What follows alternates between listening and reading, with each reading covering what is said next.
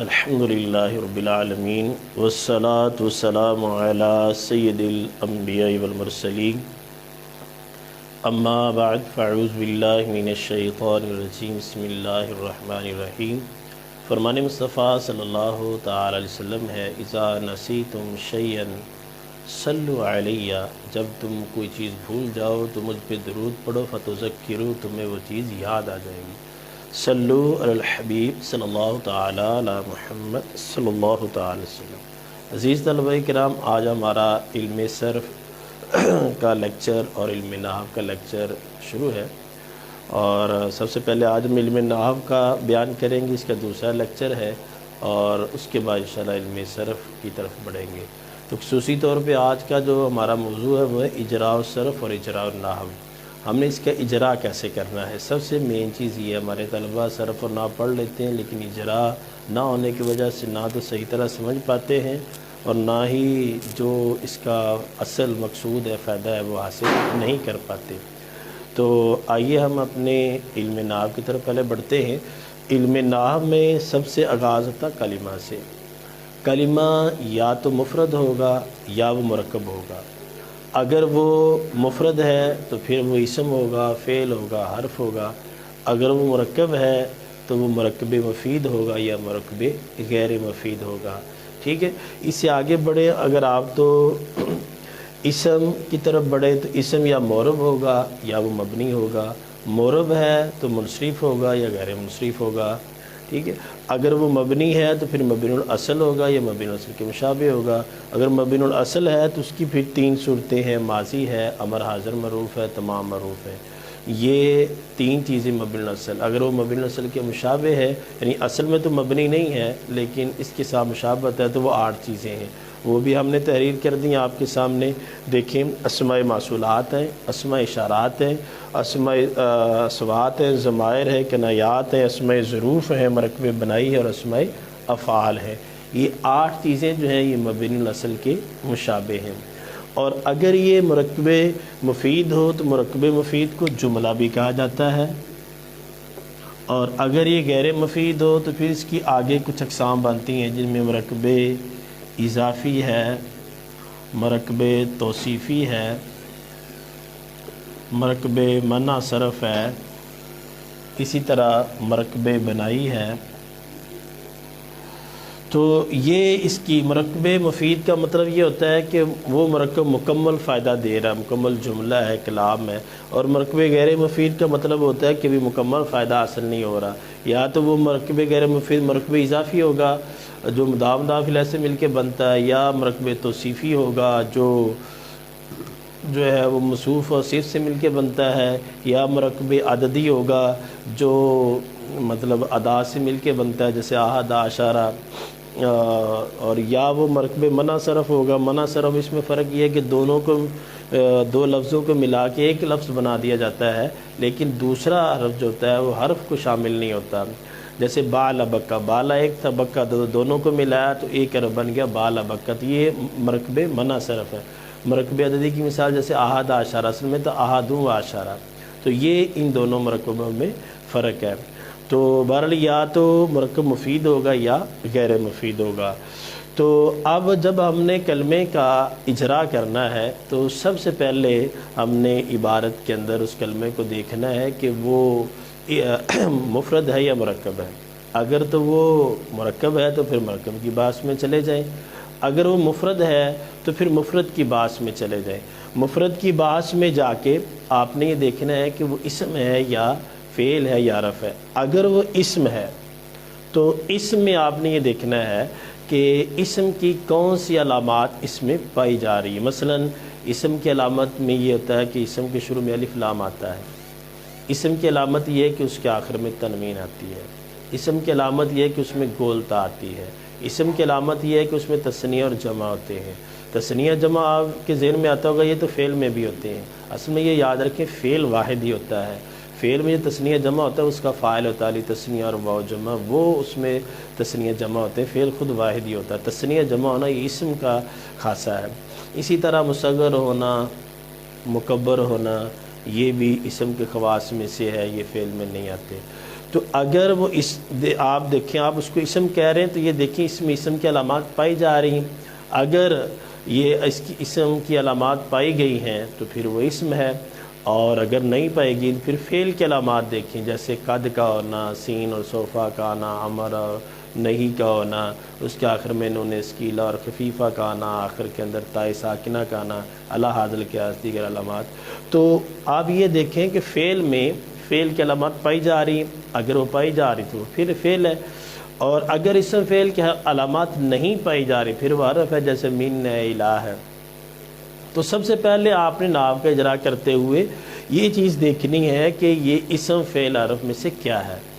جب آپ نے جان لیا کہ یہ جناب اسم ہے، اسم کی علامت پائی جا رہی، پھر آپ نے یہ دیکھنا ہے کہ یہ اسم اگر ہے تو اس پہ چند سوالات کرنے ہیں۔ پہلا سوال یہ کہ یہ معرب ہے کہ مبنی ہے۔ اگر یہ معرب ہے تو پھر اعراب کے لحاظ سے جو 16 قسمیں ہیں ان میں سے کون سی قسم ہے، ٹھیک، اور اس میں مثال کے طور پہ آپ نے یہ دیکھنا ہے کہ یہ جو ہے وہ مفرد منصرف صحیح ہے، یہ جاری مجرا صحیح ہے، یہ جمع مکسر ہے، جمع مؤنث سالم ہے، تثنیہ ہے، جمع مذکر سالم ہے، اس میں منقوص ہے، اس میں مکسور ہے، ٹھیک ہے۔ اس طرح جمع مذکر جو ہے یا متکلم متحرک مضاف ہو، تو آپ یہ دیکھیں جو 16 قسمیں ہیں اعراب کی ان میں سے کون سی قسم ہے، اور جو قسم ہے پھر اس کا اعراب ہے۔ جیسے مثال کے طور پہ مسلمات ہے، اب یہ جمع مؤنث سالم ہے اس لیے کہ اس کے آخر میں الف تا ہے، اور جس کے آخر میں الف تا ہوتا ہے وہ جمع مؤنث سالم ہوتی ہے، اور اس کا اعراب ہوتا ہے کہ حالت رفع ضمہ سے، حالت نصبی اور جری کسرہ سے۔ آپ نے یہ پہچان کر لیا کہ یہ ہے معرب۔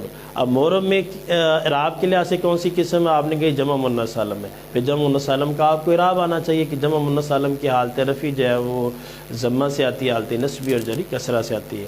اچھا، بعض کو یہی سمجھتی حالت کیسے معلوم ہوگی، تو اس میں یہ ہے کہ آپ مثال پہ غور کریں، جیسے ہن مسلمات، رأیت مسلمات، مررت بمسلمات، ہن مسلمات، میں یہاں لکھ دیتا ہوں، یہ دیکھیں ہن مسلمات۔ اب ہن جو ہے یہ مبتدا ہے اور مسلمات اس کی خبر ہے، مبتدا خبر مل کے جملہ اسمیہ خبریہ بن گیا۔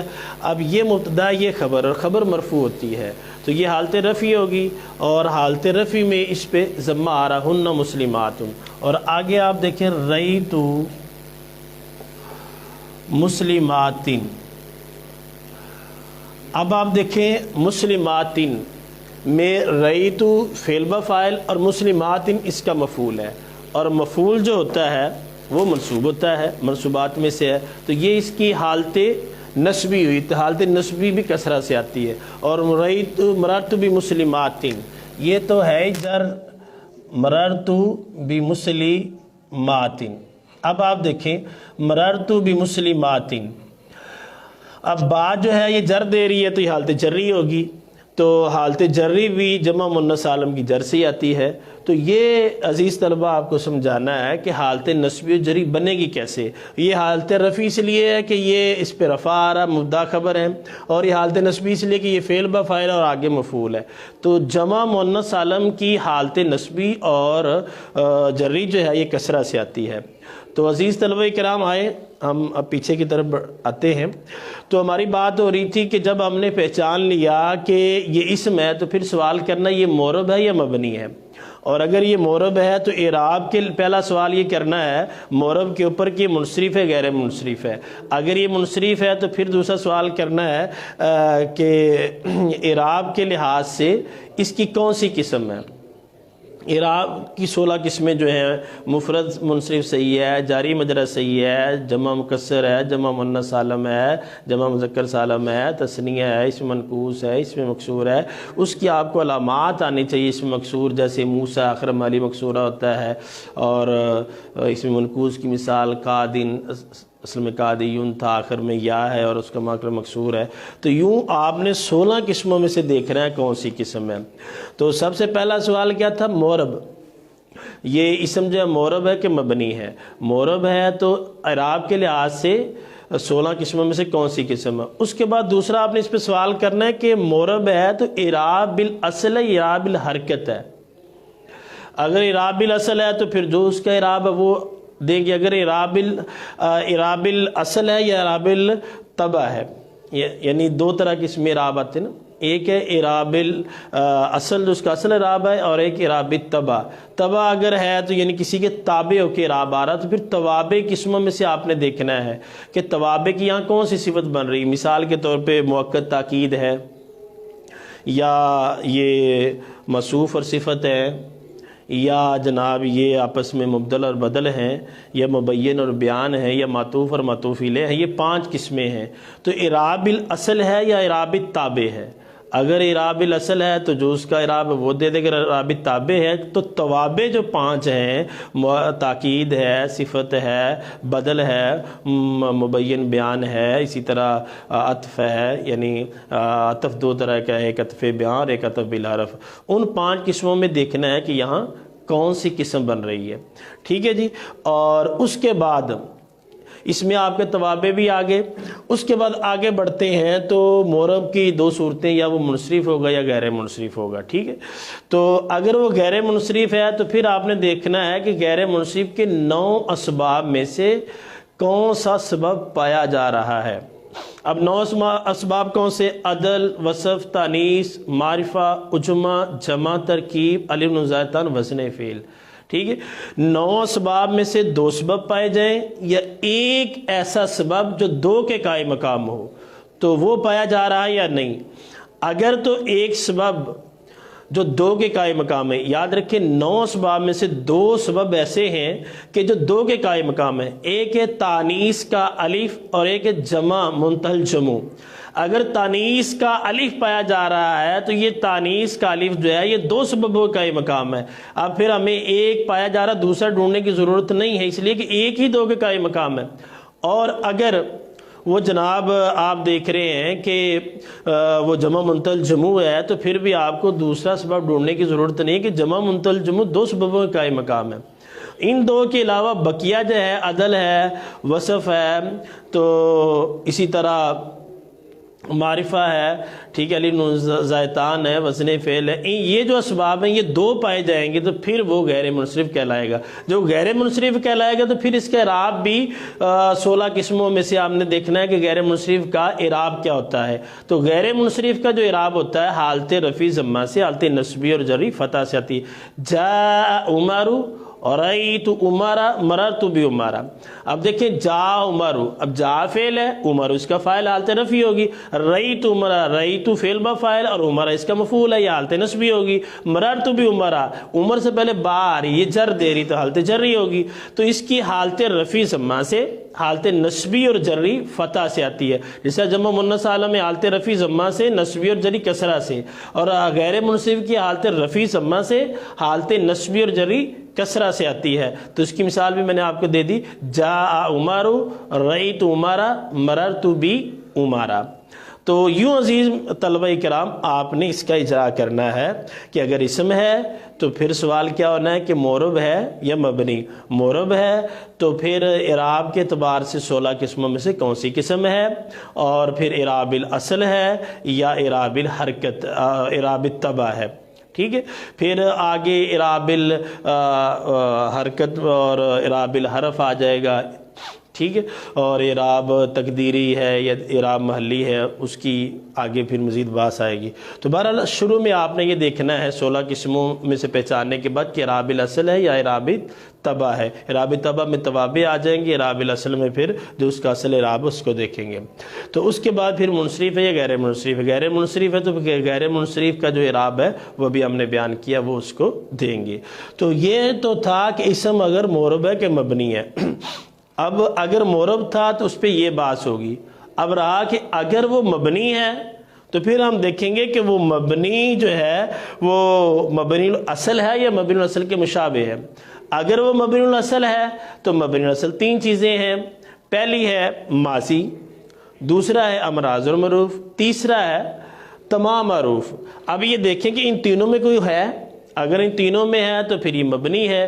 پھر مبنی جس پر وہ مبنی برفتح ہے تو وہ مبنی بر کسرہ ہے، تو وہ جو اس کی حالت ہے اس پر وہ جس پر وہ مبنی ہے وہ اس کو اعراب دیا جائے گا. اور اگر مبنی الاصل نہیں ہے پھر مبنی الاصل کے مشابہ دیکھیں. اب مبنی علی وسلم کے مشابہ کتنی چیزیں؟ وہ 8 چیزیں ہیں، وہ بھی ہم نے آپ کے سامنے تحریر کر دی۔ اسماء موصولات ہے جیسے اللہ زی، اللہ تی، ٹھیک ہے۔ اسماء اشارات ہے جیسے ہاذا، مزاج جو ہے حرف تنبیہ، زا اسم اشارہ، زا ہے، زی ہے، ٹھیک ہے۔ اور اسی طرح ذالکہ ہے، یہ اسم اشارہ ہے۔ اور پھر ضمائر ہیں۔ اب ضمائر کی اگر آپ طرف جائیں تو ضمیریں شروع میں 2 طرح کی ہوتی ہیں، یا تو وہ بارز ہوگی یا مستتر ہوگی۔ بارز کا معنی ظاہر ہے، مستتر معنی چھپی۔ اگر بارز ہے تو پھر اس کی 2 قسمیں ہوں گی، یا وہ متصل ہوگی یا وہ منفصل ہوگی۔ متصل کا معنی صاحب ملی ہوئی ہے، منفصل کا معنی ملی ہوئی نہیں بلکہ جدا ہے۔ متصل ہے تو پھر اس کی آگے 3 قسمیں، یا تو وہ مرفوع متصل ہے، یا وہ منصوب متصل ہے، یا وہ مجرور متصل ہے۔ اور اگر وہ منفصل ہے تو پھر آپ نے دیکھنا مرفوع منفصل ہے یا منصوب منفصل ہے۔ اور اس طرح اگر یہ 5 قسمیں بنتی ہیں نا، 3 مرفوع متصل کی اور 2 منفصل کی، مرفوع منفصل اور منصوب منفصل، تو ہر ایک کی 14 ہیں، اور 14 کو 5 ضرب دیں 70 ضمیریں بنتی ہیں۔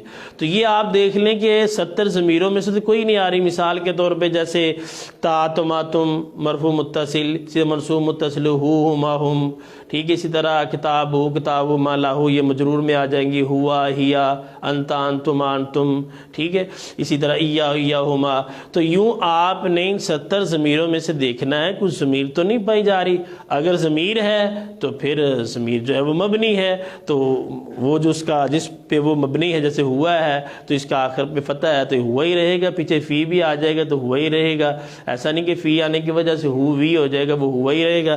اسی طرح آپ نے دیکھنا ہے کہ اسماء اصوات میں سے تو نہیں ہے، اسماء کنایات میں سے تو نہیں ہے، کم قضا، جس طرح اسماء ظروف جو ہے قبل و بعد، ان میں سے تو نہیں ہے۔ اس طرح مرکب بنائی جو ہے وہ تو نہیں ہے، اسماء افعال میں سے تو نہیں ہے۔ اسماء افعال پھر آگے اسماء افعال معنی ماضی، اسماء افعال بنا امر جیسے ہی ہاتا بمعنی باؤدہ ہے۔ تو اس طرح اسماء افعال میں دیکھ لیں وہ تو نہیں پایا جا رہا۔ تو اگر مبنی یا مبنی الاصل کی اقسام میں سے کوئی قسم پائی جا رہی ہے تو پھر وہ مبنی ہے۔ تو اگر نہ مبنی کی اقسام میں سے ہے نہ مبنی الاصل کی اقسام میں سے ہے تو پھر وہ معرب ہوگا۔ اگر وہ معرب ہوگا تو پھر آپ نے سوال کرنا ہے کہ جناب اگر یہ معرب ہے، یہ منصرف ہے، یہ غیر منصرف ہے۔ غیر منصرف ہے تو غیر منصرف کے 9 اسباب میں سے کون سے 2 اسباب پائے جا رہے ہیں، یا ایک سبب جو 2 کا مقام وہ کون سا پایا جا رہا ہے۔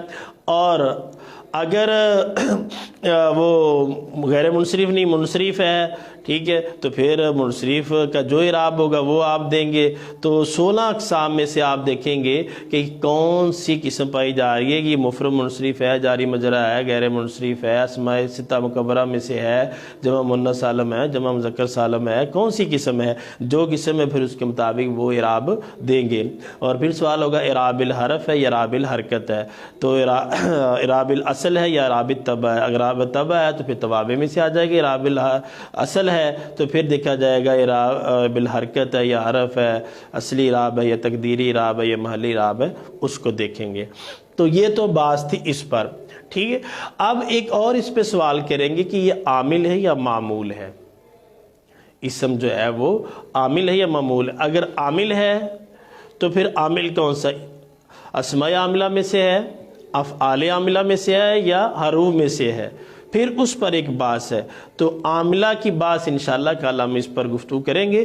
تو آج آپ اس کو اچھی طرح سمجھ لیجئے، ٹھیک ہے۔ آج ہم نے آغاز میں اسم فعل حرف پر بات کی، ٹھیک ہے، پھر اسم پر جو گفتگو کی ہم نے اس کو آپ ذہن میں رکھیں کہ اسم جو ہے اس کی کیا، پہلے سب سے پہلے تو یہ دیکھنا اس کی علامات پائی جا رہی ہیں یا نہیں پائی جا رہی۔ اگر پائی جا رہی ہیں تو پھر وہ منصرف ہے کہ معرب ہے، مبنی ہے، معرب ہے تو منصرف ہے، غیر منصرف ہے، غیر منصرف کی جو علامات ہیں وہی پائی جا رہی کہ نہیں پائی جا رہی۔ اگر وہ معرب ہے تو 16 قسموں میں سے کون سی قسم ہے۔ پھر اگر وہ مبنی ہے تو مبنی کی جو اقسام ہیں ان میں سے مبنی الاصل مبنی الاصل مشابہ میں سے کون سی قسم ہے، ٹھیک ہے۔ تو یہ آپ نے اچھی طرح ذہن میں رکھنا ہے۔ اس پر آگے بات سنیں، یہ عامل ہے یا غیر عامل ہے۔ اگر عامل ہے تو پھر عامل اسم ہے یا عامل حروف ہے یا عامل فعل ہے۔ تو یہ انشاءاللہ عامل کی بات انشاءاللہ ہم کل کریں گے۔ آج آپ اس کو اچھی طرح ذہن میں کر لیں، کل انشاءاللہ عاملوں کی بات کریں گے اور اس کے ساتھ جو ہے وہ اس کی مثالیں بھی بیان کریں گے۔ آئندہ لیکچروں کے اندر ہم نے یہ جو آج تو صرف ہم نے بتایا نا اجرا کرنا کیسے ہے، وہ ہم نے تقریباً آدھا بیان کیا۔ آئندہ لیکچر میں بقیہ آدھا بیان کریں گے اور ساتھ اس کا اجرا بھی کریں گے کہ عبارت کے اوپر کس طرح اس کا اجرا کرنا ہے۔ آج ہم نے اس کا طریقہ جو ہے اجرا کا اس کو بیان کیا ہے کہ یہ اجرا کرنا کیسے ہے، تو اس کو آپ اچھی طرح ذہن نشین کر لیں، مزید انشاءاللہ کل کریں گے۔